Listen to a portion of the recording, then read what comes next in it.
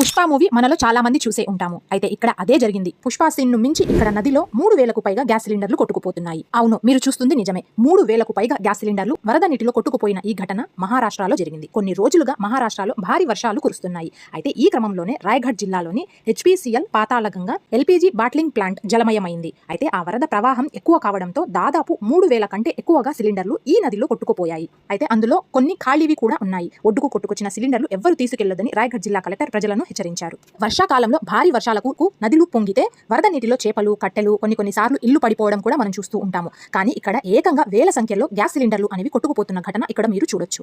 నది తీర ప్రాంతాల ప్రజలు కొట్టుకొచ్చిన గ్యాస్ సిలిండర్లు ఉచితంగా దొరికాయని ఆశతో వాటిని తీసుకెళ్తున్నారు. నదిలో రాళ్లకు ఢీ కొట్టడం వల్ల ఆ సిలిండర్ల పరిస్థితి ప్రమాదకరంగా మారవచ్చని, ఒకవేళ వాటిని రెగ్యులేటర్ల దెబ్బతిని ఉంటే అవి ఎప్పుడైనా పేలిపోయే అవకాశం ఉందని స్పష్టత ఇచ్చారు. అయినా సరే చాలా మంది స్థానికులు సిలిండర్లు దొరికినట్లుగా తీసుకెళ్తున్న దృశ్యాలు మీరు ఈ వీడియోలో చూడొచ్చు. ఉచితంగా దొరికాయి కదా అని ఇలా సిలిండర్లు తీసుకెళ్లడం మీద మీ అభిప్రాయం ఏమిటో కామెంట్ రూపంలో తెలియజేయండి. వీడియో నచ్చితే ఒక లైక్ అండ్ సబ్స్క్రైబ్ చేయండి.